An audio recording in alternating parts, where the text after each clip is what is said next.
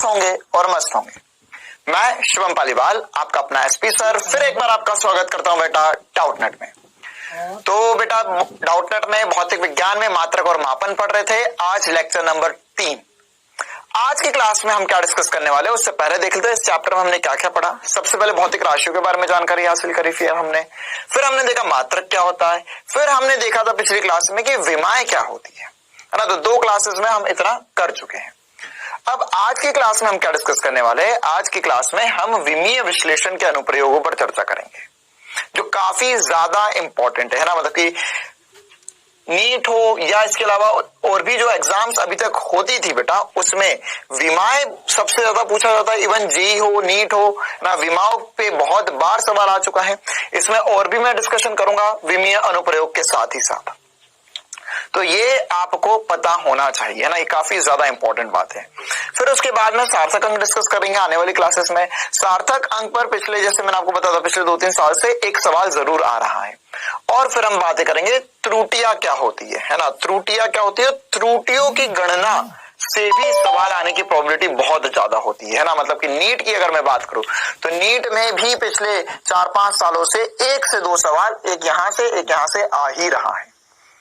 Clear है बेटा। तो ये काफी ज्यादा इंपॉर्टेंट टॉपिक है हमारे लिए। और उसके बाद में अल्पतमांक मतलब कि स्क्रू गेज और उसमें ही वर्नियर कैलिपर की चर्चा करेंगे हम। तो बेटा आज की क्लास की कहानी, आज की क्लास में हम विमीय विश्लेषण के अनुप्रयोग करेंगे और अगर थोड़ा समय बचता है तो सार्थक अंक पर भी देखेंगे हम क्या होते हैं। चलो बेटा, तो हम क्लास की शुरुआत करते हैं ना। क्लास की शुरुआत करते हैं हम, और हम ये समझते हैं कि अभी तक हमने क्या पढ़ लिया है और हमें अब और भी क्या इंपॉर्टेंट बातें देखनी है। तो देखो बेटा, विमीय विश्लेषण में हमने, विमीय विश्लेषण पढ़ने से पहले हमने ये पढ़ा था कि विमाएं कैसे निकालते हैं। तो मैं उसमें आपको और भी 2-4 बहुत बढ़िया एग्जाम्पल देना चाहता हूं। अब मुझे पता है कि आपको अगर मैं विमीय सूत्र दे दूं तो आप विमाएं निकाल सकते हो, लेकिन उसमें हम कुछ ऐसी बातें करना चाहते हैं बेटा कि अगर मेरे पास कोई भी एक भौतिक राशि है तो बहुत सारी ऐसी भौतिक राशियां थी जिनकी विमाएं समान होती है ना, जिनकी विमाएं समान होती है। तो उन भौतिक राशियों पर हम चर्चा करना चाहते हैं। मैं ऐसा नहीं कि ये 2 की विमाएं समान है तो ले ये याद कर ले, मैं ऐसा नहीं बता रहा हूं। मैं वो भौतिक राशियों की विमाएं समान बता रहा हूं जिनसे 100% प्रोबेबिलिटी है सवाल आने की। और ये 100% तरीके से आपको याद होनी चाहिए कि भैया ये भौतिक राशियां थी जिनकी विमाएं समान थी। क्लियर है बेटा, है ना। इसमें से कुछ बातें हमने पढ़ ली है, कुछ बातें आने वाली क्लासेस में हम पढ़ेंगे भी। तो उन्हीं पर हम चर्चा करना शुरू करते हैं बेटा। जैसे फॉर एग्जाम्पल √LG, √M/K और √R/G। जैसे अगर आपने कक्षा 11वीं थोड़ी बहुत पढ़ी हो बेटा, तो उसमें हमने देखा होगा आपने स्कूल में कि जो आवर्तकाल का फॉर्मूला होता है वो 2π√L/G होता है सरल लोलक के लिए, है ना। और वही आवर्तकाल का फॉर्मूला अगर हम समझे एक स्प्रिंग ब्लॉक सिस्टम के लिए तो वो लिख सकते हैं 2π√M/K। और यही आवर्तकाल का फॉर्मूला 2π√R/G हो जाता है एक गेंद के लिए जो धरती के केंद्र के सापेक्ष गति या सरल आवर्त गति कर रही है ना। ये आगे चलकर पढ़ेंगे हम, लेकिन ये सरल आवर्त गति आगे होगा। लेकिन आवर्तकाल के ये 3 फॉर्मूले होते हैं। तो इनमें √L/G, √M/K और √R/G की विमाएं समान होती है और इनकी विमाएं जो होती है वो M0, L0, T1 होंगी। क्लियर है बेटा। इसी प्रकार से हमने अभी हमने R पढ़ लिया है और C पढ़ लिया है ना। R पढ़ लिया है और C पढ़ लिया है। C क्या था हमारा, संधारित्र की धारिता थी, और R क्या था, प्रतिरोध था। ऐसे ही हम आगे चल के L पढ़ेंगे जिसे हम प्रेरकत्व कहते हैं। तो ये प्रेरकत्व, प्रतिरोध और इसके अलावा धारिता, इनकी विमाओं में भी एक बहुत गहरा संबंध होता है। तो जैसे अगर आपको याद हो बेटा, तो मैंने आपको एक फॉर्मूला लिखवाया था जब हमने आरसी सर्किट पढ़ा था, तो उसमें हमने एक फॉर्मूला लिखा था जिसमें अगर हम आवेश का मान लिखे तो Q बराबर Q0 1 - e⁻t/RC लिखा था। तो बेटा ये जो R इंटू सी है, R इंटू सी, इसकी विमाएं T के बराबर होती है। तो यहाँ पर R इंटू सी की विमाएं T के बराबर होगी, R इंटू सी की। इसी प्रकार L/R और √L इंटू सी की विमाएं भी T के बराबर होगी। तो ये वो भौतिक राशियां है जिनकी विमाएं T होती है ना, केवल T। और इस बात की गारंटी मान के चलो बेटा, कहीं ना कहीं घुमा कर आपको जरूर पूछ लेगा वो सवाल में ठीक है, अगर मान के चलो फॉर एग्जाम्पल मुझे उसने धारिता की विमा निकालने का बोला, प्रेरकत्व की विमा निकालने का बोला, तो अब मैं पूरा फॉर्मूला नहीं लगाऊंगा। मुझे पता है कि अगर मुझे R इंटू सी है तो सी की विमा मैंने पहले निकाल ली थी, तो R की विमा निकालने के लिए क्या करूंगा मैं, R इंटू सी की विमाएं समय के बराबर होनी चाहिए, तो वहां से हम आसानी से सॉल्व कर सकते हैं बेटा। इसी प्रकार से और भी भौतिक राशियां जिनकी विमाएं समान होती है, जैसे आवृत्ति, कोणीय वेग, वेग प्रवणता और क्षय नियतांक, है ना, ये इन सब की जो विमाएं होती है ना, ये क्षय नियतांक तो आप बहुत आगे चल के क्लास 12th का आखिरी टॉपिक जो होगा बेटा, है ना, जब हम न्यूक्लियर फ्यूजन वगैरह पढ़ेंगे, है ना, नाभिकीय चैप्टर पढ़ेंगे, तो उसमें हम ये बातें जाकर देखेंगे कि अगर मान के चलो मेरे पास 100 न्यूक्लिया है, 100 नाभिक है, तो वो 50 में टूटेंगे, उसका हाफ लाइफ बोलते हैं, है ना, तो उसमें ही उनका एक क्षय नियतांक भी आता है कि किस रेट से ये टूटेंगे। उसी प्रकार से वेग प्रवणता भी हम बता देते हैं, आवृत्ति, कोणीय आवृत्ति, कोणीय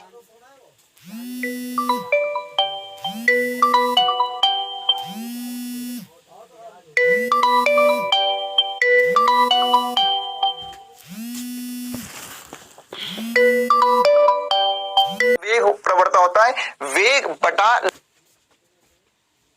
लंबाई, है ना, लंबाई के साथ वेग में परिवर्तन, समय के साथ वेग में परिवर्तन क्या कहलाता है, त्वरण कहलाता है, और लंबाई या दूरी के साथ वेग में परिवर्तन वेग प्रवणता कहलाता है बेटा, है ना। तो आप चाहो तो लिख सकते हो वेग प्रवणता का फॉर्मूला, वेग प्रवणता होता है डेल्टा वी बटा डेल्टा एल। अच्छा, इसी प्रकार से कार्य, आंतरिक ऊर्जा, स्थितिज ऊर्जा, गतिज ऊर्जा, बलाघूर्ण, बल का आघूर्ण, है ना, बलाघूर्ण और बल का आघूर्ण एक ही चीज होती है। इन सब की जो भौतिक राशियां हैं, इन सब की जो विमाएं होंगी बेटा, ये विमाएं M1L2 T-2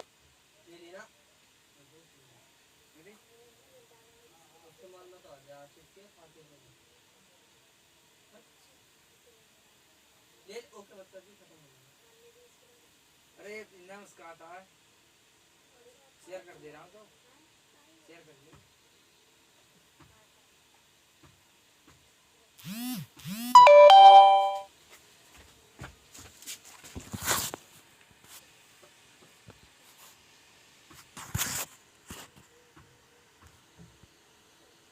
है ना, विकृति, अपवर्तनांक, अपेक्षित घनत्व, कोण, मुझे पता है बेटा इसमें से कुछ आपको पता है, कुछ नहीं पता है ना, तो जो नहीं पता थोड़ा सा आइडिया दे दूंगा, बाकी हम आगे फिजिक्स में तो पढ़ेंगे इसे। घन कोण, दूरी प्रवणता, अपेक्षित विद्युतशीलता, अपेक्षित चुंबकशीलता आदि, है ना, ये सब जो भौतिक राशियां है ना, इसके साथ साथ आप चाहो आदि में तो आगे घर्षण गुणांक वगैरह भी लिख सकते हो।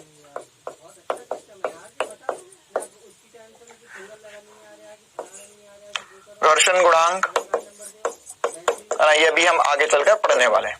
तो ये सब जो भौतिक राशियां है ये विमाहीन है। कैसी है बेटा, विमाहीन। क्यों? क्योंकि ये सब भौतिक राशियां जो आपके सामने लिखी हुई है, ये सब वास्तविकता में केवल और केवल अनुपात है, अनुपात है, सभी अनुपात है। जैसे अगर मैं बात करूं विकृति की, तो विकृति होता है डेल्टा एल बटा एल, लंबाई में परिवर्तन बटा प्रारंभिक लंबाई, अपवर्तनांक, अपेक्षित घनत्व, है ना। तो ये सब कुछ क्या है ना, ये क्या है, वेग, यह वेग का रेशो होगा, मतलब कि स्पीड ऑफ लाइट, है ना, या प्रकाश की चाल, दो मीडियम में उनका रेशो जो होगा वो अपवर्तनांक होगा। अपेक्षित घनत्व क्या होता है, घनत्व किसी भी पदार्थ का बटा घनत्व पानी का। इसी प्रकार से कोण हमको समझता है, घन कोण हमने पिछली क्लास में समझा था, सॉलिड कोण मैंने आपको बताया था। ऐसे ही दूरी प्रवणता, देखो प्रवणता है मतलब बटा लंबाई, तो दूरी में परिवर्तन, या ये हो सकता है कि किसी दूसरे में हम इस्तेमाल करेंगे आगे चलकर, है ना। तो इसमें आप आगे बढ़ रहे हो तो लंबाई में कितना परिवर्तन आ रहा है, जैसे मान के चलो तुम ऊपर चढ़ रहे हो आगे कितना बढ़ते जा रहे हो, इनका अनुपात। वैसे ही अपेक्षित विद्युतशीलता हमने पढ़ रखा है ना, कि विद्युतशीलता किसी पदार्थ की बटे में है ना, इसे हमने एप्सिलॉन आर से चिन्हित किया था और पराविद्युतांक भी बोला था इसको, है ना। तो ये क्या था, विद्युतशीलता किसी भी पदार्थ की बटे में हवा की या वायु की या निर्वात की विद्युतशीलता। इसी प्रकार से ऐसा ही आपेक्षिक चुंबकशीलता भी होता है, जिसे हम ये म्यू आर से चिन्हित करेंगे। तो ये सब भौतिक राशियां हमें याद रखना। अनुपात, तो अनुपात जो होते हैं है ना, ऐसी भौतिक राशियां जो अनुपात में है, तो बेटा वे अनुपात और कोण, दो ही चीजें हैं, अनुपात और कोण, ये विमाहीन भी होती है और इनका मात्रक भी नहीं होता।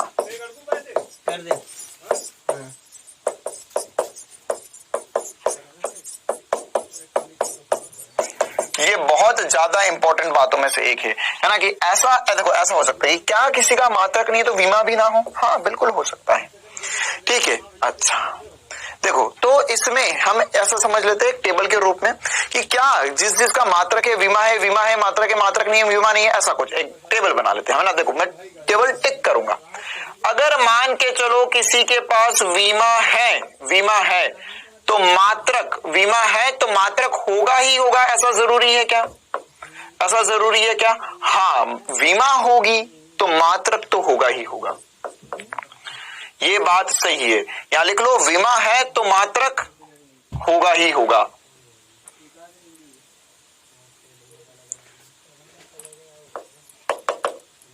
विमा है तो मात्रक होगा, ठीक है। मात्रक है तो विमा हो भी सकती है।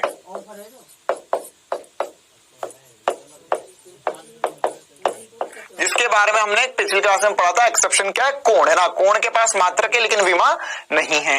इसके बाद में अगर विमा नहीं है, विमाहीन है, अगर मान के चलो विमा नहीं है, विमाहीन है, तो अब आप बताओ मात्रक होगा या नहीं होगा? विमाहीन है तो मात्रक होगा या नहीं होगा? तो सर ये तो फिर से वही वाली बात हो गई, कोण बात फंसा देगा कि कोण के पास विमा नहीं है लेकिन मात्रक है, तो विमाहीन है लेकिन मात्रक हो सकता है, मात्रक हो सकता है। इसका एग्जाम्पल कोण, है ना। ये जो बात लिखी ऊपर नीचे दोनों एक ही जैसी है। अच्छा, अगर किसी का मात्रक नहीं है, मात्रक नहीं है तो विमाहीन होगा वह, तो वह भौतिक राशि विमाहीन होगी ही होगी।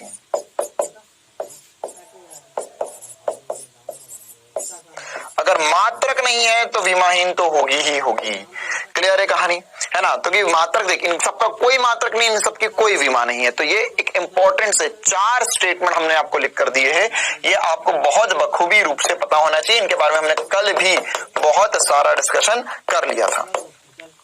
अब हम आगे बढ़ते हैं और एक और प्रकार का डिस्कशन करते हैं, है ना। देखो इसके अलावा और क्या डिस्कशन करना चाहते हैं हम ऐसे कुछ भौतिक राशि एग्जाम्पल से समझेंगे, बाकी तो फिर आप आगे भी इसमें जब क्वेश्चन करोगे तो बेहतर तरीके से समझ जाओगे ना। देखो मैं ऐसा देखना चाहता हूं कि ऐसी भौतिक राशियां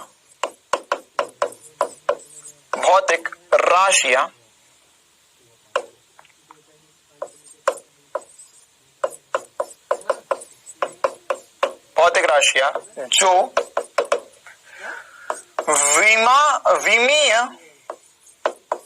विमीय, अब मैं विमीय चर अचर, विमाहीन चर अचर की बातें कर रहा हूं। चर अचर मतलब क्या होता है? देखो अब नहीं बात करते है ना। चर अचर, चर मतलब क्या होता है? जो बदल सकती हो, है ना, जो परिवर्तित हो सकती हो। तो ऐसी कोई भौतिक राशि संभव है जो विमीय चर हो, विमीय चर हो। देखो पहले एग्जांपल डिस्कस कर रहे हैं, विमीय चर।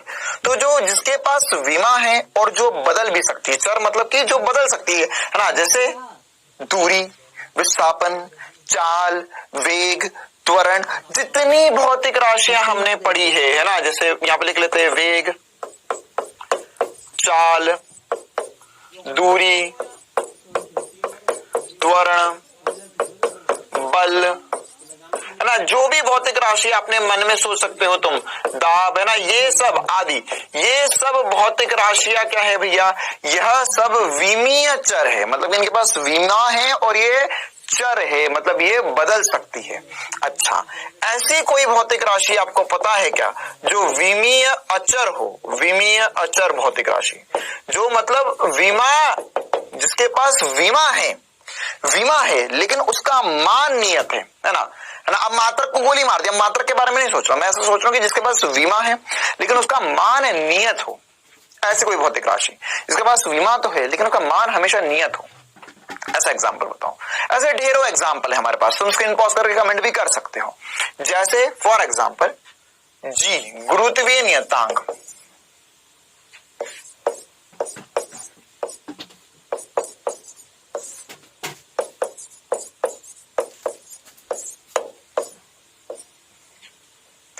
गुरुत्वीय नियतांक,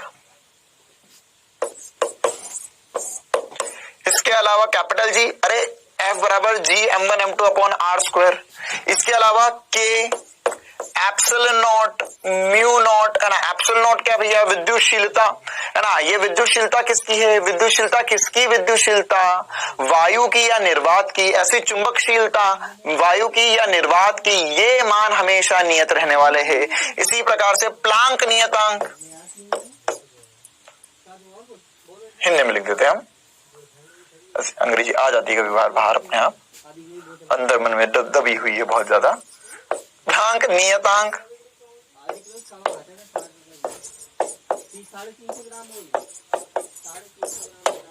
है ना, ये जैसे जो भी नियतांक हम पढ़ते हैं, जो भी एक फॉर्मूले से बन रहे हैं ना, तो वो सब नियतांक कैसे होंगे, वे सभी नियतांक के लिए मान जो है ना, उनका मान जो है वो हमेशा फिक्स रहेगा, लेकिन उनके पास विमा भी है। तो ऐसे ये जो नियतांक होती है, इनकी विमाएं काफी बार पूछी जाती है ना, इनकी विमा हमको 100% याद होनी चाहिए सबकी, या पता होना चाहिए कैसे निकलेगी। जी की, के क्या है हमारा, अरे के क्या है, विद्युत नियतांक जो हमने पढ़ा था, के का मान 1/4 pi epsilon naught, mu naught, Planck constant, है ना। इसके अलावा और भी बहुत सारे हैं, जैसे स्टीफन नियतांक हम पढ़ेंगे,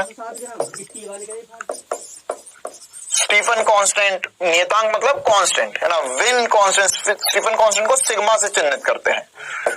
ऐसे विन नाम का एक साइंटिस्ट, उसके बारे में हम पढ़ेंगे, विन्स कांस्टेंट होता है, हम बी से चिन्हित करते हैं, है ना। और इसके अलावा हजारों सोच सकते हो ना, ऐसे हर चैप्टर पढ़ेंगे वहां पे बहुत सारे नियतांक आएंगे, है ना, बहुत सारे नियतांक आएंगे जो जिनके पास विमा तो होगी लेकिन वो उनका मान नियत होगा।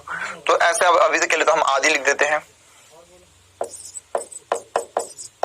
अच्छा चलो, और आगे बढ़ते हैं, दूसरी चीज के बारे में सोचते हैं, तीसरी चीज के बारे में, मतलब अब एक ऐसी चीज बतानी है आपको जो विमाहीन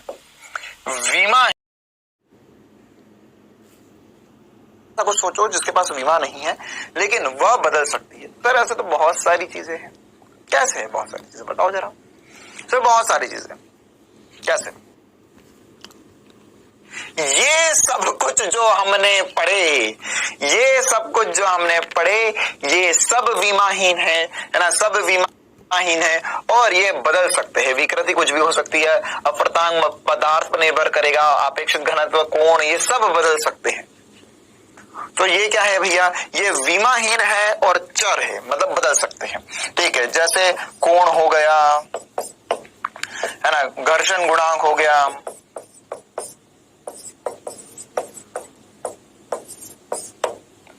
अपेक्षित घनत्व, फिर अपेक्षित विद्युतशीलता, चुंबकशीलता,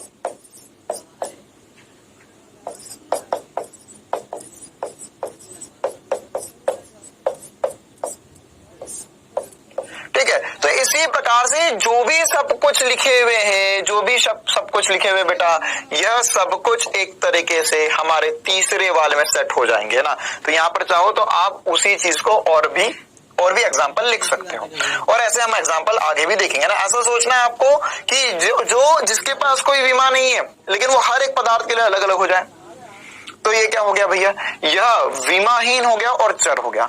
अच्छा ऐसा सोचो अब, जो जिसके पास विमाहीन है और अचर है, ये सोचना पड़ेगा भैया, विमाहीन है और अचर भी है, मतलब ऐसा कुछ जिसके पास विमा नहीं है लेकिन और वो अचर भी है, मतलब बदलेगा नहीं। चर मतलब बदल सकता है, अचर मतलब नहीं बदलेगा। अब बताओ क्या होगा। इसके एग्जाम्पल नंबर संख्या 5 है, उसकी कोई विमा नहीं है। इसके अलावा पाई, ई है ना, तो ये सब कुछ क्या है, यह सब कुछ विमाहीन है और अचर है। तो बेटा किसी के पास विमा हो, चर भी हो सकता है, अचर भी हो सकता है, विमाहीन भी, चर अचर सब हो सकते हैं। सबके एग्जाम्पल हमने बहुत खूबसूरती से लिखे। ठीक है, तो ये काफी ज्यादा इंपॉर्टेंट डिस्कशन आज का। आगे बढ़ते हैं हम बेटा, और इसी पर एक मैच द कॉलम, एक छोटा सा सवाल कर लेते हैं। निम्न को मिलान कीजिए। अब आपको बताना है विमीय चर। बताओ भैया विमीय चर क्या होंगे। स्क्रीन पॉज करो, बताओ विमीय चर क्या होगा। सर विमीय चर मतलब जिसके पास विमा हो, हाँ, और जो परिवर्तित भी हो सके। अच्छा, तो इनमें से कौन सा विमीय चर है। सर बल दिखता है हमें, जिसके पास विमा है और वो चर है, बल का मान बदल सकते हैं हम। विमाहीन चर मतलब जिसके पास विमा नहीं है लेकिन वो बदल रहा है। ओहो कोण ऐसा है जो विमाहीन चर है, मतलब जिसके पास कोई विमा नहीं है लेकिन वह बदल सकता है। विमाहीन चर, कोण, ये सब हमने जो लिखे यही सब एग्जाम्पल में पूछे जाते हैं, एग्जाम्स में पूछे जाते हैं। विमीय अचर मतलब जिसके पास विमा है लेकिन वो नियतमान है। तो गुरुत्वीय गुणांक है ना, या गुरुत्वाकर्षण गुणांक, यह जो मान होता है, ये अगर आपको पता हो तो बढ़िया बात है, नहीं पता तो मैं बता देता हूँ। 6.67 इंटू 10 के पावर -6.67 इंटू 10 के पावर -11 है ना। इसकी जो यूनिट होती है वो होती है न्यूटन मीटर स्क्वायर प्रति केजी स्क्वायर। ये हमेशा नियत रहेगा, ये कभी भी परिवर्तित नहीं होने वाला। विमाहीन अचर मतलब कि जिसके पास विमा नहीं है और वो अचर है, मतलब कभी नहीं बदलेगा। तो ई बचा भी तो सर वही था, हाँ, पाई के अलावा और भी ई वगैरह हमने एग्जांपल्स देख लिए। चलो भैया, तो कहानी को आगे बढ़ाते हैं। हमने विमा मात्रक के ऊपर काफी सारा डिस्कशन कर लिया। अब पिछली क्लास में मैंने आपको कुछ ऐसी बातें बताई थी कि अगर हम विमीय विश्लेषण के अनुप्रयोग पढ़ रहे हैं तो उसमें विमीय विश्लेषण के अनुप्रयोग क्या क्या होते हैं। तो मैंने आपको बताया था किसी भौतिक राशि का दी हुई मात्रक पद्धति में मात्रक ज्ञात करना है ना। ये एक एक करके हम इनका डिस्कशन शुरू करते हैं, है ना। अब इनके बारे में चर्चा करेंगे। फिर भौतिक नियतांक अथवा गुणांक की विमा ज्ञात करना, बहुत ज्यादा इंपॉर्टेंट है। आगे बढ़ते हैं, है ना। किसी भौतिक राशि को एक पद्धति से अन्य पद्धति में बदलना, उसके बाद में नए संबंधों की स्थापना करना और दिए गए भौतिक संबंधों की विमीय रूप से सत्यता ज्ञात करना, है ना बेटा। अब इसमें भी हम ट्विस्ट वाली बातें पढ़ेंगे, जैसे विमीय रूप से सत्यता क्या होती है और भौतिक रूप से सत्यता क्या होती है ना। जैसे हमने मात्रक है, विमा नहीं है, विमा है, मात्रक नहीं है, सर दिमाग घुमा दिया आपने, बस ऐसे ही कुछ एक और बार करके दिखाऊंगा मैं तुम्हें, है ना। बस क्लियरिटी रखना, क्या बोल रहा है, शब्दों का खेल है भैया, शब्दों का मोह माया है, शब्दों का माया जाल है, जो इसे समझ गया वो पार कर जाएगा। देखो चलो, तो एक एक करके हम पढ़ना शुरू करते हैं। सबसे पहले हम देखते हैं, ये आसान सी बात, किसी भौतिक राशि का दी हुई मात्रक पद्धति में मात्रक ज्ञात करना। तो किसी भी भौतिक राशि का मात्रक ज्ञात करना, तो सर इसमें और एग्जांपल कराने की जरूरत है क्या। नहीं है ना। जैसे हमें ऑलरेडी पता है ना, जैसे फॉर एग्जांपल कोई चीज भी सब शुरू कर देते हैं, त्वरण से शुरू कर देते हैं। तो त्वरण की विमाएं हमें पता है ना। देखो विमा से मात्रक बिल्कुल याद कर सकते हो। त्वरण होता है सर m0 L1 t-2। तो यहां पर इसका मात्रक क्या हो जाएगा, मात्रक। तो सर m तो है नहीं, अगर मैं SI पद्धति में ज्ञात कर रहा हूं, है ना। अभी हमने क्या सोचा, SI पद्धति में ज्ञात कर लेते हैं। CGS पद्धति में होगा तो वो भी ज्ञात कर लेंगे, कोई बड़ी बात नहीं है। L मतलब लंबाई होता है, तो लंबाई के लिए लिखेंगे मीटर और लिखेंगे सेकंड की घात -2। हाँ सर ऐसा कह रहे थे क्या, हाँ बिल्कुल यही कह रहा था। तो मीटर प्रति सेकंड स्क्वायर हो गया। इसी प्रकार से बल की बात कर लेते हैं। बल के विमा क्या होती है सर, m1 L t-2। तो इसके लिए क्या लिखेंगे, kg मीटर प्रति सेकंड का स्क्वायर, केजी मीटर प्रति सेकंड का स्क्वायर। तो ये क्या है, ये है भैया न्यूटन।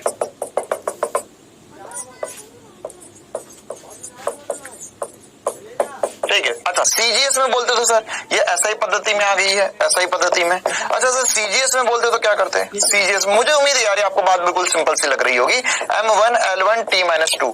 तो अगर आपको विमा पता हो तो सीजीएस पद्धति में क्या लिख सकते हैं, m को लिख सकते हैं, m को क्या लिखेंगे, m को लिखेंगे ग्राम। ठीक है, gm ग्राम। लंबाई को क्या लिखेंगे, सेंटीमीटर प्रति सेकंड का वर्ग। और इस चीज को हम कहते हैं डायन। क्या कहते थे, डायन, है ना, चिन्हित भी वैसे DYNC करते हैं, पूरा ही लिख देते हैं डायन। मैं भूत प्रेत वाले डायन नहीं बोल रहा हूं, मैं डायन बोल रहा हूं, है ना। एक बार बोल के बताओ सब, मैं क्या बोल रहा हूं, डायन। मैं डायन नहीं बोल रहा हूं, है ना सर। हम हिंदी मीडियम वाले, इतनी अंग्रेजी नहीं आते तो क्या डायन डायन थोड़ी ना चिल्ला होगे। ये क्या डायन, ये सीजीएस है, ये एसआई में। ठीक है ना, ओ भैया डायन, डायन है तू, डायन नहीं, नहीं ये डायन नहीं है, डायन है। चलो, तो अब ये न्यूटन और डायन के बारे में और भी चर्चा करेंगे। ऐसे अगर आपको और भी भौतिक राशि दी हो तो उनका अगर मुझे नहीं लगता विमा दे दो तो मात्रक निकालना कोई बड़ी बात है ना। अच्छा सर ये आपको पता था न्यूटन बोलते उसको डायन बोलते, हमको नहीं पता हो तो, तुमको नहीं पता तो क्या दिक्कत हो, तो अब पूरा फिजिक्स पढ़ेंगे पता चल जाएगा। और सवाल में वो हमें केजी मीटर प्रति सेकंड स्क्वायर ही देगा, न्यूटन कम ही देगा, क्योंकि उसको भी पता कि इस बच्चे को कैसे पता होगा, ओहो इसको कैसे पता, या तो इसने फिजिक्स पढ़ ली हो। तो अभी फिजिक्स पढ़ ली क्या, नहीं सब पढ़ी नहीं पढ़ी, लेकिन सर हमको तो नीट का पेपर देना है। हाँ तो रामलाल अगर तुझे नीट का पेपर देना तो नीट तक फिजिक्स पढ़ लेगा ना पूरी, तो पता चल जाएगा कि अच्छा इसको ये बोलते, इसको ये बोलते, इसको ये बोलते हैं। ऐसे एक दो और एग्जांपल कर लेते हैं। जैसे मैंने बात करी ऊर्जा की, आखिरी एग्जांपल कर रहे हैं यार हम ना, ताकि काम की बात कर पाए इस चैप्टर में आगे।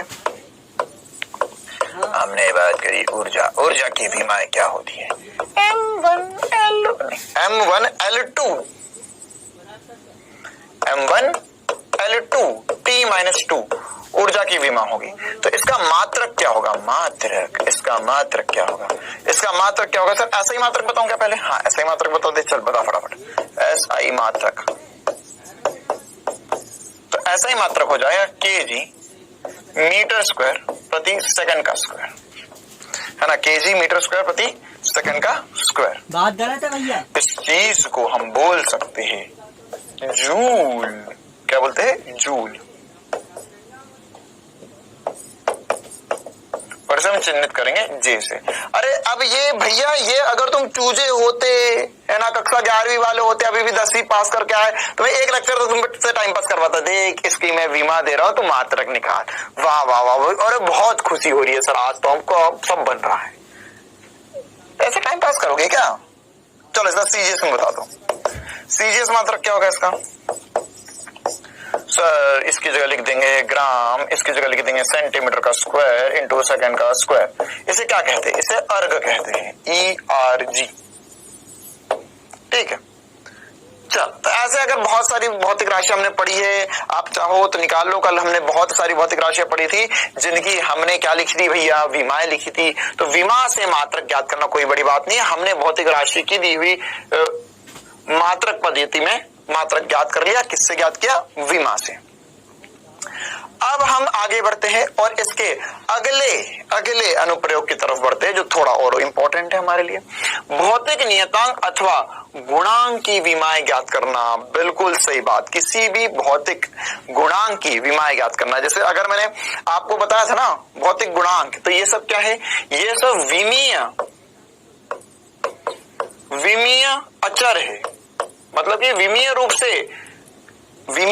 से मतलब इनके पास विमा है, और यह मानक रूप से, है ना, इनका जो मान है वो अचर रहने वाला, कभी बदलने वाला नहीं है। तो इसमें एग्जांपल्स काफी ज्यादा इंपॉर्टेंट लूंगा। मतलब ये अगर आप देखें इतिहास में, तो इतिहास में कितनी एग्जाम्स में पूछा गया, कितने साल में पूछा गया, अगर मैं यहाँ पे लिखूं तो यहाँ तक का आधी दो तीन लाइन भर जाए, आधी स्लाइड भर जाए। इसमें इतनी बार इतनी एग्जाम्स में गुरुत्वाकर्षण नियतांक की मात्रक पूछी गई है ना, मात्रक और विमा पूछी गई है। क्लियर है? तो या तो तुम्हें उसका मात्रक पता हो तो तुम विमा निकाल लो, या अभी हम देख रहे हैं कि यहां पर फॉर्मूले से या सूत्र से हम कैसे उसका मात्रक और विमा दोनों निकाल सकते हैं। ठीक है, तो एक बार सूत्र से भी करके देखते हैं। गुरुत्वाकर्षण नियतांक बल बराबर होता है G(m1m2) बटा r²। यहां यही फॉर्मूला है। तो बेटा G का मान जो आ जाएगा वो आ जाएगा F गुणा r² बटा m1m2। मैं फॉर्मूले में थोड़ा सा परिवर्तन कर रहा हूं, ताकि मैं ये क्यों कर रहा हूं, मैं ये वैसे तो अचर है, ये नहीं बदलने वाला है, ये बल पर, दूरी पर, m1m2 पर निर्भर नहीं करता है, लेकिन हम तो बस ऐसे ही समझ रहे हैं ताकि हम इसका मात्रक और विमा निकाल पाए। तो पहले मैं इसका मात्रक निकाल देता हूं, तो उससे फिर विमा आ जाएगी, है ना, या विमा निकाल लो उससे मात्रक आ जाएगा, दोनों बात बराबर ही है। तो मुझे यहाँ पर साफ दिखता है सर कि जो बल होगा, है ना, पहले मात्रक लिख लेते हैं। बल का मात्रक होता है सर न्यूटन, दूरी का होता है मीटर, तो मीटर का वर्ग हो जाएगा। ये m है, ये m है, m मतलब द्रव्यमान, तो द्रव्यमान गुणा द्रव्यमान, द्रव्यमान का वर्ग हो गया, तो kg² हो गया। अच्छा, अब इसी प्रकार से अगर मैं सोचूं और समझूं और देखूं कि इसका विमा कैसे निकाल सकता हूं, या विमीय सूत्र कैसे निकाल सकता हूं मैं इसका विमीय सूत्र किस प्रकार से हम ज्ञात कर सकते हैं। तो आओ बच्चों विमीय सूत्र ज्ञात करें। कैसे करेंगे सर? पहले बल की विमा लिख लो, पहले बल की विमा लिख लो, m1 L1 T-2। अच्छा, अब दूरी की विमा लिख लो, L2 बटे में m2। m2 को कर दिया, मीटर मास गुणा मास है, तो मास का वर्ग हो गया। अच्छा, तो अब यहाँ क्या हो जाएगा सर? ये तो बिल्कुल ही आसान बन चुका है। ओ बोल भाई बोल, आसान है तू? हाँ मैं बहुत आसान हूँ। तो m की पावर -1 बन चुका है। अब पूछो मुझसे m ये कैसे आ गया, है ना, तो घर पर आपको बिल्कुल बढ़िया तरीके से आकर समझाया जाएगा कि यह कैसे आ गया। खुद से सॉल्व कर ले, खुद से सॉल्व कर ले, कुछ तो कर ले। ये m1 है या m2 है, तो ये ऊपर जाके -2 बन जाएगा, तो बेटा 1 -2 -1 बचेगा, L1 L2, तो ये L3 बन गया, और T-2 है, T-2 बच गया। तो इस प्रकार से हम किसी भी जो भौतिक नियतांक है उसकी विमाएं ज्ञात कर सकते हैं। ऐसे में एक दो और नियतांक की आपको विमा ज्ञात करके बता देता हूं, लेकिन मुझे उम्मीद है आपको ये तरीका समझ में आया होगा, है ना। जैसे हम एक और की बात कर लेते हैं, हम बात कर लेते हैं प्लांक नियतांक की। प्लांक नियतांक का हम कैसे विमाएं ज्ञात कर सकते हैं? तो प्लांक नियतांक पहली बात तो आता कहाँ है बेटा? अगर मान के चल कोई भी तरंग है, तरंग, तो तरंग की जो ऊर्जा होती है वो समानुपाती होती है उसकी आवृत्ति की। ये केमिस्ट्री में अभी आपने देखा होगा, E जो होता है वो समानुपाती होता है फ्रीक्वेंसी के, आवृत्ति के। ठीक है, अब यहां पर से अगर मैं नियतांक, ध्यान से समझ लो भैया, ये 1000 बार बोल चुका और 1000 बार और बोल दूंगा फिजिक्स क्लास में, लेकिन अगर एक भी ये बात गलत करके आ गया पेपर में, ये बात 100% आएगी नीट के पेपर में, कहीं ना कहीं जरूर लगेगी किसी न किसी फॉर्मूले में या किसी न किसी सवाल में, कि जब भी यहां पर से प्रोपोर्शनैलिटी का साइन हटाते हैं तो वो जो नियतांक आता है वो उस फॉर्मूले में दी गई चीज पे निर्भर नहीं करता है। भले विमीय रूप से या मात्रक के लिए हमको देखना पड़ सकता है, लेकिन उसका जो मान होगा वो उस फॉर्मूले में दी गई चीजों पर निर्भर नहीं करता है। इसके काफी सारे एग्जांपल हम देख चुके हैं, जैसे जी देखा, अभी पहले के देखा था, एप्सिलॉन नॉट देखा था, फिर धारिता देखी थी, है ना। ऐसे ही अगर हम देखें तो E बराबर होता है HF। ये जो H है बेटा, इसे हम कहते हैं प्लांक नियतांक। H का मान होता है प्लांक नियतांक। तो अगर मैं तुमसे पूछूं, बताओ इसका मात्रक क्या होगा? इसका मात्रक क्या होगा? इसका मात्रक क्या होगा? तो सर इसका मात्रक निकालना कोई बड़ी बात नहीं है। H का मात्रक निकालना है, ये होगा जूल, ये F नीचे चले जाएगा। लो यार भैया लिख देता हूं एक बार सर, डॉलर देख लो यहाँ पे, H बटा F जो होगा वो E बटा F जो होगा वो H के बराबर होगा। E के बारे में सब पता है, F के बारे में सब पता है, तो H निकल गया ना यार, इसमें क्या समस्या है? मात्रक क्या होगा? मात्रक बता, मात्रक क्या होगा? सर इसका जो मात्रक होगा वो होगा जूल बटे में सेकंड। ओहो, आवृत्ति होता है 1/सेकंड, ये सेकंड की घात -1, तो सेकंड घूमकर ऊपर चले जाएगा और ये हो जाएगा जूल सेकंड। क्या हो जाएगा भैया? Joule second. तो भैया ये जूल सेकंड हो गया, तो इसकी विमा बता दो जल्दी से। विमा, तो सर विमा निकाल देते हैं हम, कोई बड़ी बात नहीं है। इसकी विमा निकालने, विमीय सूत्र कैसे निकलेगा? यहां पर है जूल, जूल मतलब क्या हो गया? M1L2T-2 इन 2 में सेकंड मतलब T है, इतना आसान बिल्कुल। तो ये M1L2, अब यहां कर दो T3, अरे T3 नहीं होगा, T-2 है, T1 है तो T-1 बचेगा। ये दोनों गुणा में है, घाते जोड़ना पड़ेगी तो -2 + 1 क्या होगा? -1 होगा। ठीक है, चलो सर बहुत बढ़िया समझ में आया यार। इसके अलावा और भी बहुत सारे नियतांक है जिसका मात्रक मैंने आपको निकाल कर बता दिया ना, तो अभी मैं उनमें समय नहीं देना चाहता हूँ। अब मैंने पिछली क्लास में वो सब निकाल के बताए थे ना, जैसे एग्जाम्पल, इसमें और एग्जाम्पल क्या हो सकते हैं? एग्जाम्पल के लिए मैंने आपको एप्सिलॉन नॉट, के, सी, इन सब के हम पहले ही मात्रक निकाल चुके हैं और इनकी विमाएं पिछली क्लास में हमने बातें कर ली थी ना, विमाओं के बारे में पिछली क्लास में बात कर ली थी, तो वो आप वहां पर देख सकते हैं। ये सब कुछ भी इसी टॉपिक के अंदर वाली बात है ना। अब ये वहां पर हमने निकाल दिया तो वापस थोड़ी ना निकालेंगे। क्लियर है? चलो आगे बढ़ते हैं और हम इसी प्रकार से एक और नए अनुप्रयोग की बात करते हैं, है ना। तो तीसरा अनुप्रयोग क्या कहता है?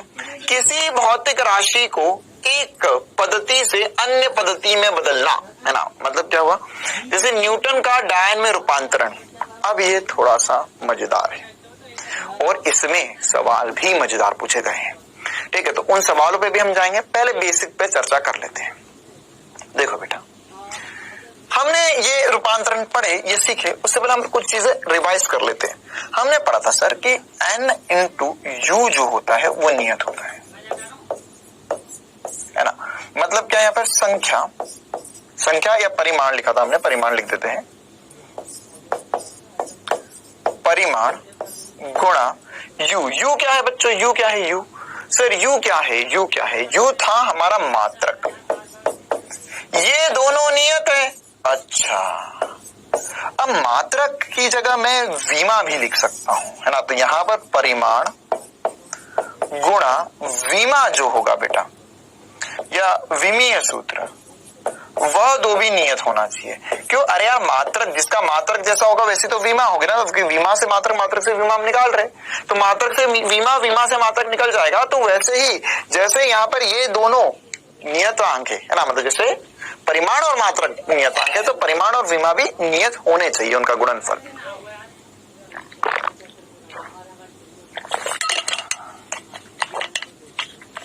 तो देखो बेटा, अब हम इसी पे और चर्चा करते हैं।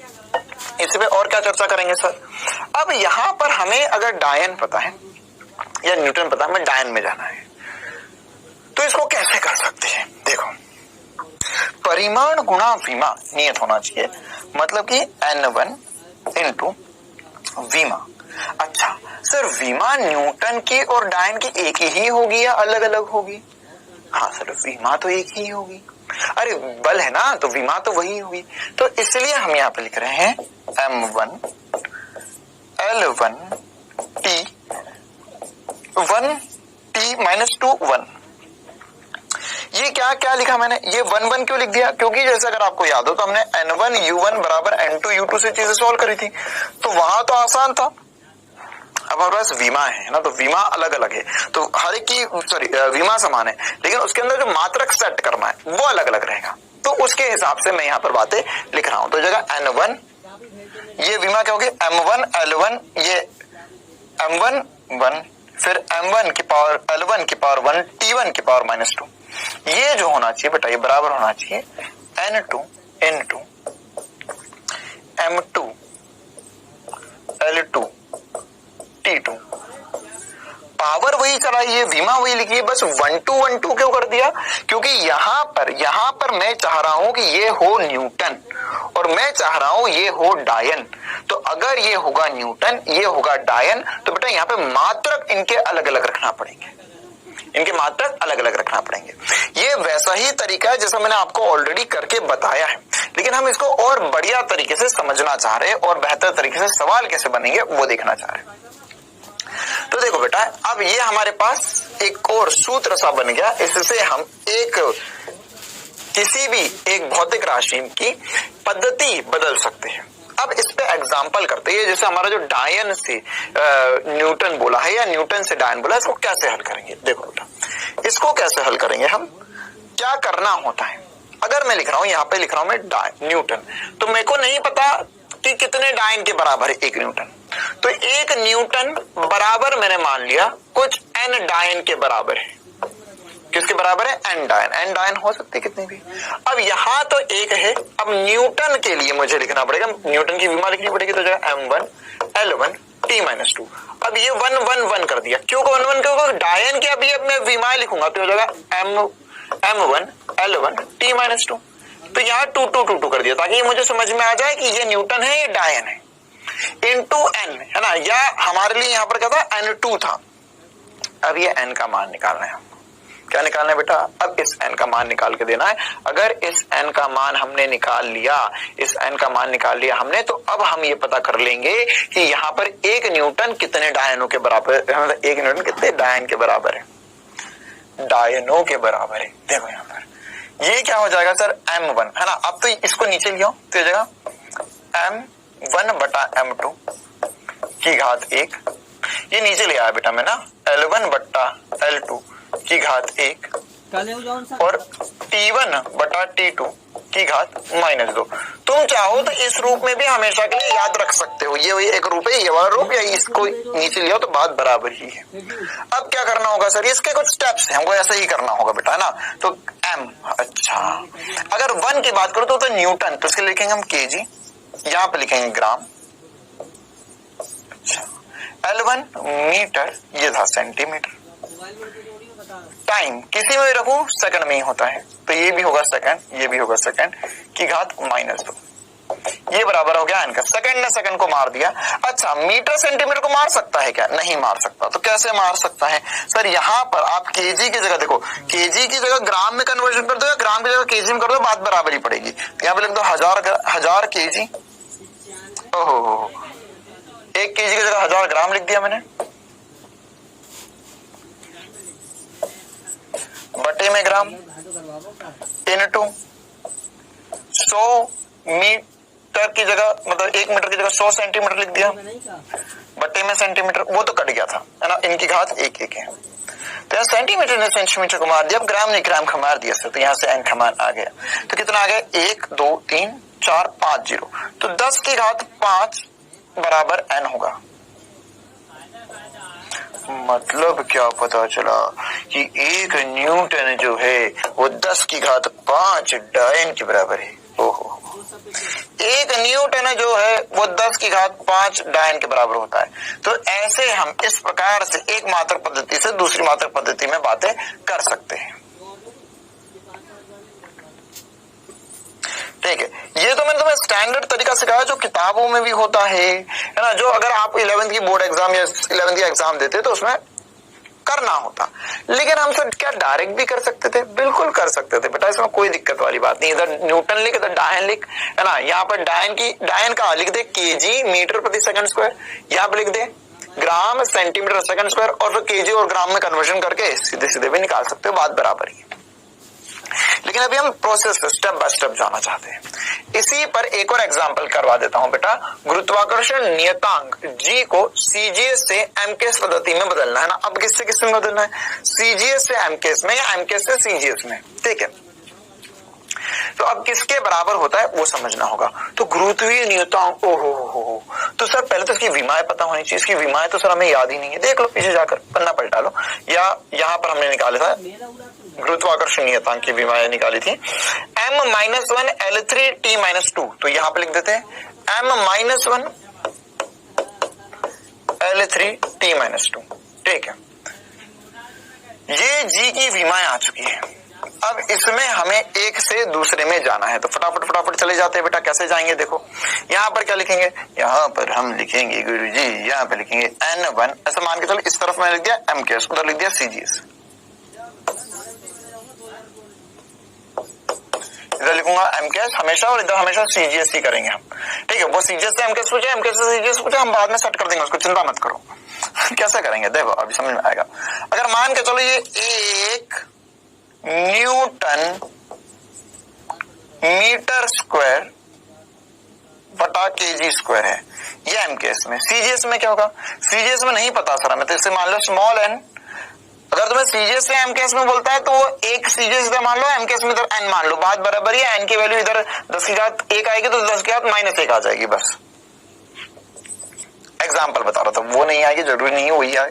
चलो सीजीएस में क्या लिखेंगे सर? यहां पर लिखेंगे, यहां पर लिखते हैं हम, यहां पर लिखना पड़ेगा डायन सेंटीमीटर स्क्वायर प्रति ग्राम का स्क्वायर, ये यूनिट हो गई। ठीक है, अब हमें इसका कन्वर्जन सीखना है, तो हम तो सीधे इस विमीय सूत्र का इस्तेमाल कर लेंगे, ज्यादा जल्दी निकलता है, हमने अभी भी सीखा था। तो सर 1 मैं सीधे लिख रहा हूं बेटा, m1 बटा m2 की घात -1, ये कहां से आ रहा है?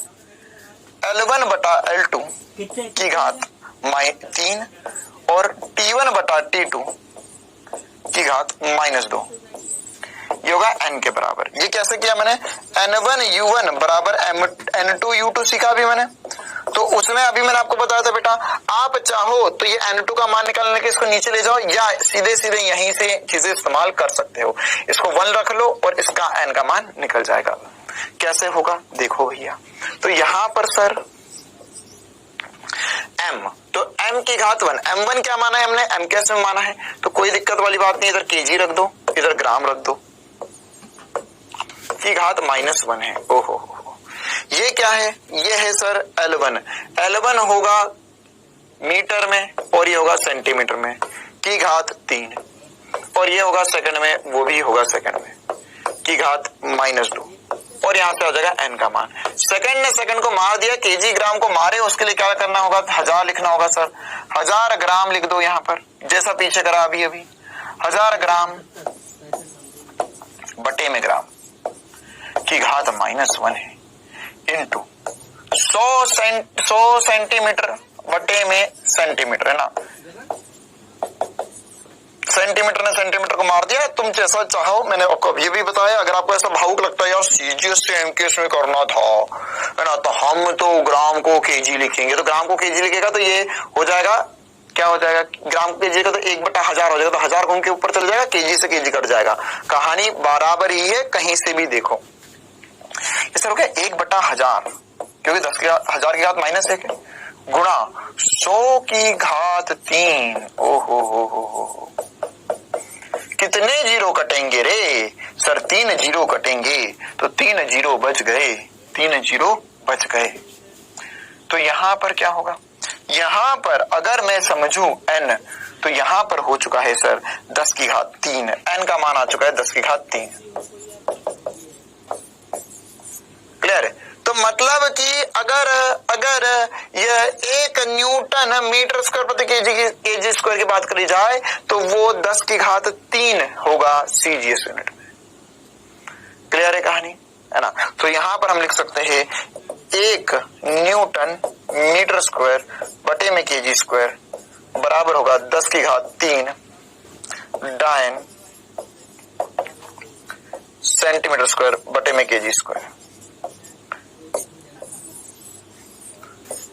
क्लियर है? तो ऐसे हम गुरुत्वीय नियतांक को सीजीएस से एमकेएस में बदल सकते हैं। और चौसो, लेकिन आपने तो एमकेएस से सीजीएस में बदल दिया। अरे यार मूर्ख बालक, कैसी बातें कर रहे हैं? ले इसमें इसको ऐसा लिख लें, ये होगा 1 डायन सेंटीमीटर स्क्वायर बटे में ग्राम स्क्वायर बराबर हो जाएगा, देखना मैं इसको इधर ले जा रहा हूं, तो 10 की घात -3 हो गया, 10 की घात -3 न्यूटन मीटर स्क्वायर प्रति केजी स्क्वायर।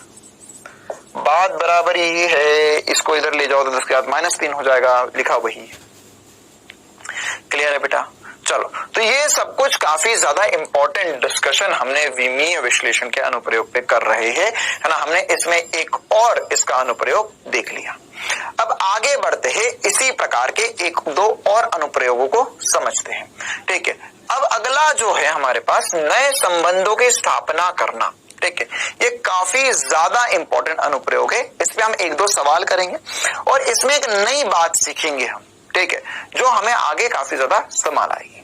क्लियर है बेटा? चलो, तो हम इसको अब करना शुरू करते हैं। देखो, जैसे एक एग्जाम्पल एग्जाम्पल देखते हैं हम, है ना। इसमें बड़े एग्जाम्पल से सीधे बातें करेंगे।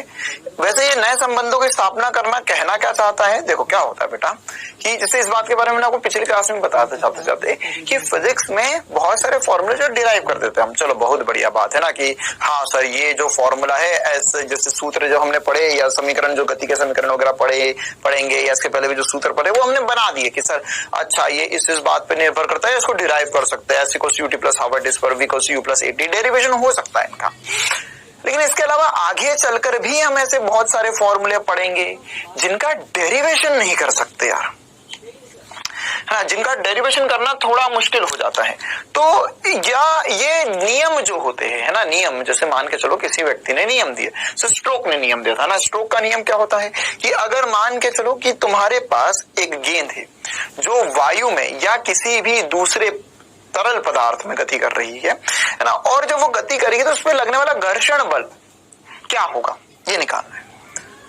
तो सर घर्षण बल निकालने के लिए अब हमको तो पता ही नहीं हम कैसे निकाले, ये कोई डेरिवेशन होता है क्या? नहीं, कोई डेरिवेशन नहीं होता है। क्या होता है बेटा, ये स्ट्रोक ने एक्सपेरिमेंट करे, उसको समझ में आया कि देखो यार ये जो घर्षण बल लगेगा है ना, वह गेंद में जैसे लिखा हुआ है जब एक छोटा गोला किसी तरल से कम चाल से गुजरता है तो शयान मतलब घर्षण बल को क्या कह सकते हो आप? घर्षण बल जो लगेगा, वायु का घर्षण बल को शयान बल कहते हैं। गति का विरोध करता है। ये प्रायोगिक रूप से मतलब हमको नहीं पता, उसने प्रयोग करे, एक्सपेरिमेंट करे, उसको पता चला अच्छा ये तो त्रिज्या जितनी बड़ी त्रिज्या ले रहा हूँ उतना ज्यादा घर्षण बल या उतना कम घर्षण बल लग रहा, पता नहीं है ना। समझा कि प्रायोगिक रूप से त्रिज्या पे निर्भर कर रहा है, वेग पे निर्भर कर रहा है और यहाँ पे तरल की शायनता पे निर्भर कर रहा है। तो अब आपको बताना है कि बल का फॉर्मूला क्या होगा ना। ऐसे सवाल हमको कैसे पूछे जाएंगे सर? हमको ऐसे सवाल पूछेंगे कि निम्न में से कौन सा सूत्र सही संबंध हो सकता है, ठीक है, विमीय रूप से सही हो सकता है। तो अभी हम विमीय रूप से चर्चा कर रहे हैं, भौतिक रूप से तो उसने बता दिया, मतलब फिजिक्स के हिसाब से तो इन बातों में निर्भर करेगा, लेकिन विमाएं क्या होगी, इसकी विमाएं क्या होगी वो डिस्कस हमको करना है। क्लियर है? तो विमाएं क्या क्या होगी समझते हैं। विमा कैसे समझ सकते हैं, देखो तो ये सर ऐसा करना वैसे जरूरी क्यों? देखो बेटा क्या होता है, अब हमको इसका डेरिवेशन वेरिएशन नहीं पता, डेरिवेशन कहां से डिराइव करे कुछ नहीं पता, तो हम विमीय विश्लेषण का सहायता लेंगे, विमीय विश्लेषण की सहायता लेंगे और उसको लेते समझेंगे। अच्छा अगर मैं कहूं कि ये स्ट्रोक का नियम जो है वो त्रिज्या पे निर्भर कर रहा है, वेग पे निर्भर कर रहा है, शांता गुणांक पर निर्भर कर रहा है, तो सूत्र क्या बन सकता है? तो देखो बेटा सूत्र जो है वो विमीय रूप से सही होना चाहिए हमेशा। विमीय रूप से सही होना मतलब क्या है? देखो बल की विमाएं मुझे पता है, तो इसके फॉर्मूले में यहां पर क्या क्या है? इसके फॉर्मूले में सर त्रिज्या है और वेग है और शायनता गुणांक है ना। शायनता गुणांक की विमाएं क्या होती है वो मैं बता रहा हूं आपको, लेकिन शायनता गुणांक अभी के लिए क्या समझ सकते हैं, जैसे घर्षण गुणांक होता है ना, या जो अलग अलग प्रकार के पदार्थ होंगे ना, जैसे मान के लो एक ही त्रिज्या की गेंद है ना और वह एक बार समान वेग से एक बार पानी में निकले एक बार शहद में निकले, तो शहद कितना गाढ़ा ज्यादा है तो उसमें वेग या उसको प्रतिरोध ज्यादा मिलेगा, शायन बल ज्यादा होगा उस पर। तो वो क्या है असल में किससे पता चलेगा? शायनता गुणांक से ना, जो गाढ़ा होता है शायनता गुणांक ज्यादा होता है। तो इन पर निर्भर कर रही है। तो बेटा मुझे नहीं पता कैसे निर्भर कर रही है, तो मैं कर दूंगा इसकी घात a, इसकी घात b और इसकी घात c पर निर्भर कर रही है ना। तो अब हम a b c का मान निकाल लेंगे तो हमें ये पता चल जाएगा कि ये वाला जो फॉर्मूला है वह वेग पर, त्रिज्या पर और शायनता गुणांक पर कैसे निर्भर कर रहा है। क्लियर है कहानी, है ना। अब हमें बल की विमा बताइए, इन सबकी विमाओं का गुणांक बल की विमा के बराबर होना चाहिए तो ही वो फॉर्मूला सही होगा। तो यहाँ पर क्या है सर, बल की विमाएं, एक बार सबकी विमा लिख देता हूं पहले। बल की विमा क्या होती है सर, m1 l1 t-2 और त्रिज्या की विमा होगी m0 l1 t0। वेग की विमा क्या होगी सर, वेग की विमा होगी m0 l1 t-2 t-1। अच्छा सर शायनता गुणांक की विमा क्या होगी? हो शायनता गुणांक की विमा क्या होती है बेटा? शायनता गुणांक की विमा होती है m1 l-1 m1 l-1 t-1। ठीक, ठीक है, ये श्यानता गुणांक की विमा होती है, अभी के लिए आप याद रख सकते हो। अब क्या करेंगे सर, ये सब कुछ उठाकर यहां रखो और ए बी सी का मान निकालने की कोशिश करो।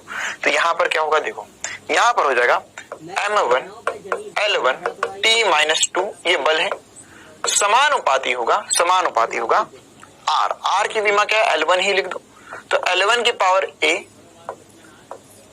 L-1 की पावर B और M1 L-1 T-1 की पावर C। क्लियर है कहानी, है ना। तो यहां पर से अब हम क्या करेंगे बेटा, यहां पर से पहले समानुपाती के चिन्ह हटाएंगे तो कोई कांस्टेंट आएगा, उसका मान नहीं पता हमें, लेकिन जो भी कांस्टेंट आएगा वो विमा ही ना आना चाहिए, क्योंकि इसकी विमा और इसकी विमा एक समान होने वाली है अभी। तो यहां पर अब हम कैसे कर सकते हैं, देखो क्या करेंगे, हम यहां पर लिखेंगे M1 L1 T-2 बराबर K। अब देखो यहां पर यह सब गुणा में है तो इनकी घात जोड़ सकता हूं, तो M की घात हो गई C, L की घात हो गई A है, ये B है और ये माइनस C है, तो ये हो जाए A plus B minus C। क्या किया मैंने, L L L 3 गुणा में है तो इनकी घात जोड़ दी, तो ये जगह A, इसकी घात है B, अरे ये बाहर है ना तो इसकी घात कितनी हुई B हुई, और ये बाहर है तो इसकी घात कितनी हुई C माइनस C हुई। इसी प्रकार से T लिखो बेटा, T क्या हो जाएगा, T की घात क्या है, T की घात है सर यहाँ पे माइनस B और यहां से निकलेगी माइनस C। अब विमीय रूप से अगर ये बराबर है तो यहाँ पे इनकी घात बराबर होना चाहिए, विमाएं क्या होती है, घात होती है, तो इनकी घातें बराबर होनी चाहिए। मतलब हम लिख सकते हैं सर M की घात 1 है, M की घात C है, तो C का मान आ गया 1, L की घात 1 है और L का मान है A plus B minus C। अच्छा चलो, यहां पर T की घात -2 है और उधर है माइनस B माइनस C, तो C का मान आ गया, तो ये -2 बराबर -C -1, इसे इधर ले जाओ बेटा, तो यहाँ क्या हो जाएगा सर, हो जाएगा -2 + 1 बराबर -B, तो जाएगा -1 बराबर -B या B बराबर 1 लिख सकता हूं मैं। ओहो, B बराबर 1 आ गया, तो यहां से क्या करेंगे अब हम, देखो ध्यान से देखो, मगर ध्यान से, 1 बराबर A तो A ही है, B क्या है, B 1 है, C क्या है 1 है, तो ये तो 1 1 -1 0 ही हो गया सर, A का मान भी 1 आ गया। वाह वाह वाह वाह वाह, मतलब A का मान 1 है, B का मान 1 है, C का मान 1 है। मतलब वास्तविकता में यहाँ पर जो सूत्र बना बेटा, या जो फॉर्मूला बनना चाहिए वो फॉर्मूला बना है F बराबर K हमें नहीं पता, यहां पर हुआ है R की घात 1, V की घात 1, N की घात 1, या मैं लिख सकता हूं F बराबर होगा K R V, है ना, मतलब सबकी घात 1 1 है। देख फॉर्मूला ऐसा हो सकता है ना, ये गुणा में, ये भाग में गुणा में, ठीक है। तो इससे हमें पता चला कि तीनों वास्तविकता में गुणा में ही है और सबकी घात 1 1 है। विमीय रूप से चीज सही होनी चाहिए, या इसका वास्तविक फॉर्मूला जो भौतिक सूत्र है इसका, ये तो भी मैंने विमीय रूप से निकाला, लेकिन भौतिक रूप से सही मतलब कि जो फिजिक्स में सही फॉर्मूला है वो होता है, भौतिक सूत्र जो इसका होता है वो मैं आपको सही फॉर्मूला बता देता हूं। अब मुझे उम्मीद है कुछ बच्चों को पता भी होगा, ये होता है F बराबर 6 पाई ईटा RV, ये सही है और ये हमने निकाल लिया। तो देखो बेटा, ये निकला तो सही है, K का मान 6 पाई होता है। अब K तो नियतांक था, अब 6 पाई कैसे पता चला, स्टोक्स ने एक्सपेरिमेंट करे तो उससे उसने 6 पाई मान निकाल दिया। तो इस तरीके से हम कोई एक अज्ञात सूत्र है या हमें नहीं पता कि क्या होगा, कैसे होगा, कहां को आया है, कहां को जाएगा, कुछ भी नहीं पता, लेकिन हमने यहाँ पर उसका सूत्र निकाल दिया, या विमीय रूप से क्या सही बात होगी वो निकाल दी। क्लियर है कहानी बेटा। तो इस हिसाब से हम आगे बातें कर सकते हैं। चलो, तो ऐसे हमें और भी फॉर्मूले है क्या सर? हाँ बेटा, ऐसे बहुत सारे फॉर्मूले हो सकते हैं, आप डिराइव कर सकते हो, कोई बड़ी बात नहीं है। जैसे यहाँ पर सरल लोलक, एक और छोटा सा एग्जांपल कर लेते हैं फटाफट। यहाँ पर बोला कि एक सरल लोलक का आवर्तकाल मतलब क्या होता है, टाइम पीरियड। आवर्तकाल मतलब टाइम पीरियड, मतलब टी, इसकी विमाएं होगी टी।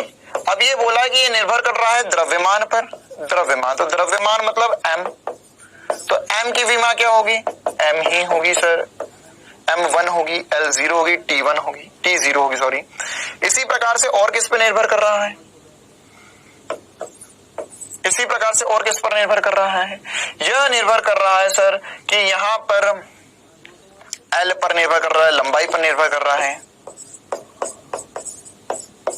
तो लंबाई जो होगी वो एल होगी या एल होगा L1 होगा।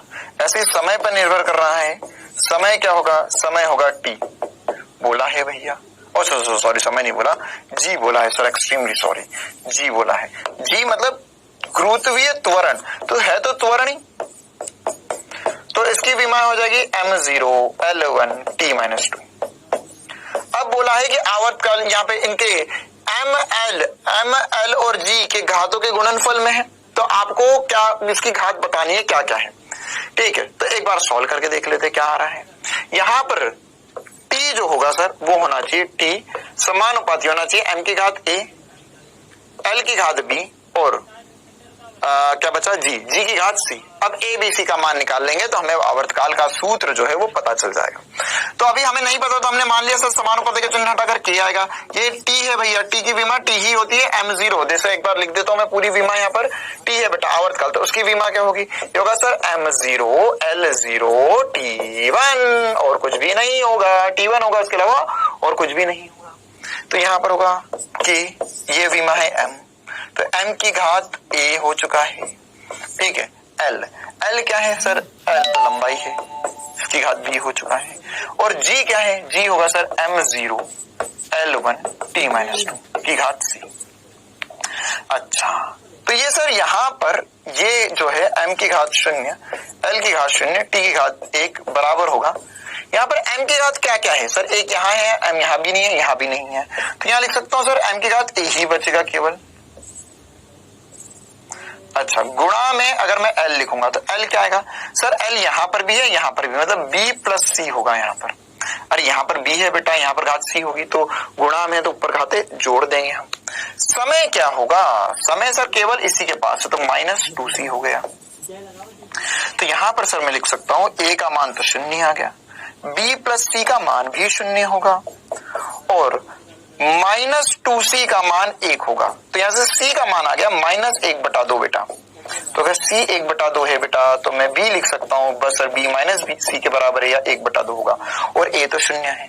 मतलब जो सूत्र बनेगा वो द्रव्यमान पर तो निर्भर ही नहीं कर रहा है ना, द्रव्यमान की घात 0 होगा। तो यहाँ से लिख सकते हैं हम t बराबर k m की पावर 0 l की घात 1/2 और g की घात -1/2। या मैं चाहूं तो लिख सकता हूं कि है ना, देखो ये हो जाएगा घात 1/2 मतलब रूट, तो रूट l, ये -1/2 है तो g नीचे आ जाएगा। ये t का फॉर्मूला बन गया, ये t की वैल्यू आ गई बेटा। क्लियर है कहानी। तो ऐसे इस हिसाब से हम बड़ी आसानी से कहानी को समझ सकते हैं और कर सकते हैं। आया मजा? चलो अच्छा सर, भौतिक रूप से सूत्र क्या होता है? भौतिक रूप से जो सही सूत्र होता है वो t बराबर 2π√L/g होता है। वैसे इसको हम डिराइव कर सकते हैं, लेकिन फिर भी अभी हमने विमीय विश्लेषण पढ़ रहा है तो विमीय रूप से कर देखा। अब आगे बढ़ते हैं हम, है ना, और इसमें एक आखिरी अनुप्रयोग की बात करते हैं कि दिए गए भौतिक संबंध की विमीय रूप से सत्यता की जांच करना, है ना। तो बेटा जो सत्यता की जांच करना होता है, सत्यता की जांच करना होता है, इसके लिए हमें एक समरूपता सिद्धांत पढ़ना होगा।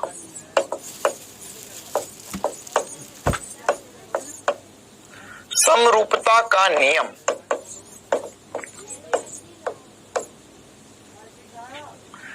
अब ये समरूपता का नियम क्या कहता है ना, इसके बारे में हम थोड़ा सा अगली क्लास में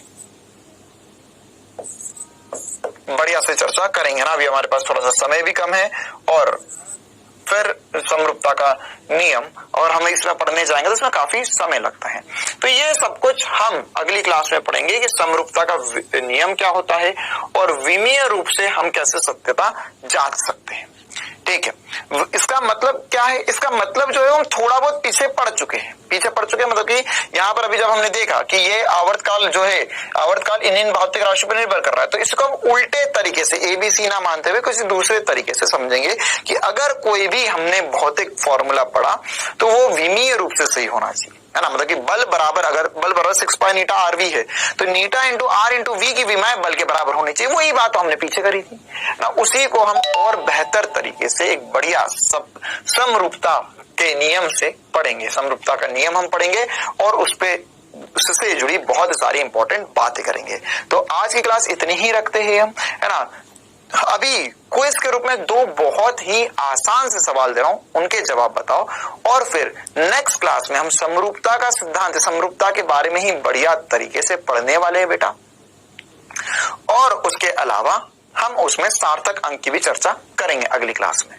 ठीक है, चलो भैया, तो एक आसान सा सवाल, जल्दी से इसका जवाब बताओ। एसआई पद्धति में मात्रक का, दाब का मात्रक क्या होगा? पास्कल, डायन प्रति सेंटीमीटर, वायुमंडल।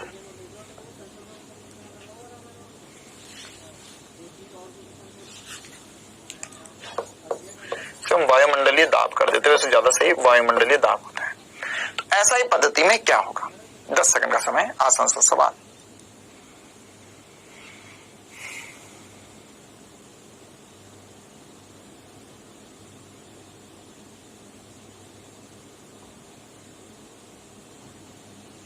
चलो बेटा, time up time up time up time up time up. कैसे करेंगे इस चीज को देखते हैं।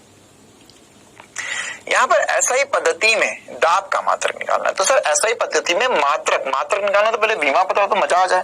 तो दाब की जो विमा होती है बेटा, वो बल बटा क्षेत्रफल होता है, हमने पढ़ा था पिछली क्लास में। दाब की विमा भी निकाल कर देखी थी, M1 L-1 T-2। अरे देखा था भैया, है ना। अब यहां से हम मात्रक कैसे निकालेंगे? मात्रक, तो सर मात्रक को हम लिखेंगे यहां से, ये हो गया, ये क्या है भैया, है ना, ये है सर केजी, ये है बटे में माइनस है, मतलब बटे में माइनस, घात में माइनस है तो बटे में मीटर और सेकंड स्क्वायर। तो बेटा इस चीज को हम पास्कल कहते हैं ना, आपने छोटी क्लासेस में पढ़ा होगा, दाब का जो मात्रक होता है वो पास्कल होता है, या हम चाहे तो इसे न्यूटन प्रति मीटर स्क्वायर भी सीधे सीधे कह सकते थे। तो यहाँ पर जो सही आंसर हो जाएगा इसका, वो क्या हो जाएगा? पास्कल। पास्कल सही जवाब होगा। क्लियर है बेटा? चलो इसी प्रकार से एक बहुत ही ज्यादा छोटा सा एक और सवाल करते हैं। यदि मापन की 2 पद्धतियों में U1 U2 2 मात्रक चुने गए तथा उनके आंकिक मान N1 और N2 है तो क्या सही होगा? आपको बताना है कि इनमें से कौन सी बात सही होगी। जल्दी से इसका जवाब बताइए, 10 सेकंड का समय।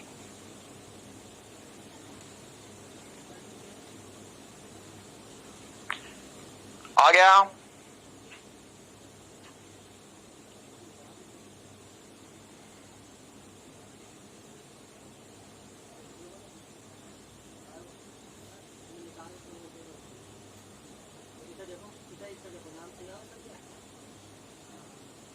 चलो बेटा, चलो टाइम अप। आसान सी बात, हमने पढ़ा है N1 U1 बराबर होता है N2 U2 के, बस यही चीज देखना थी।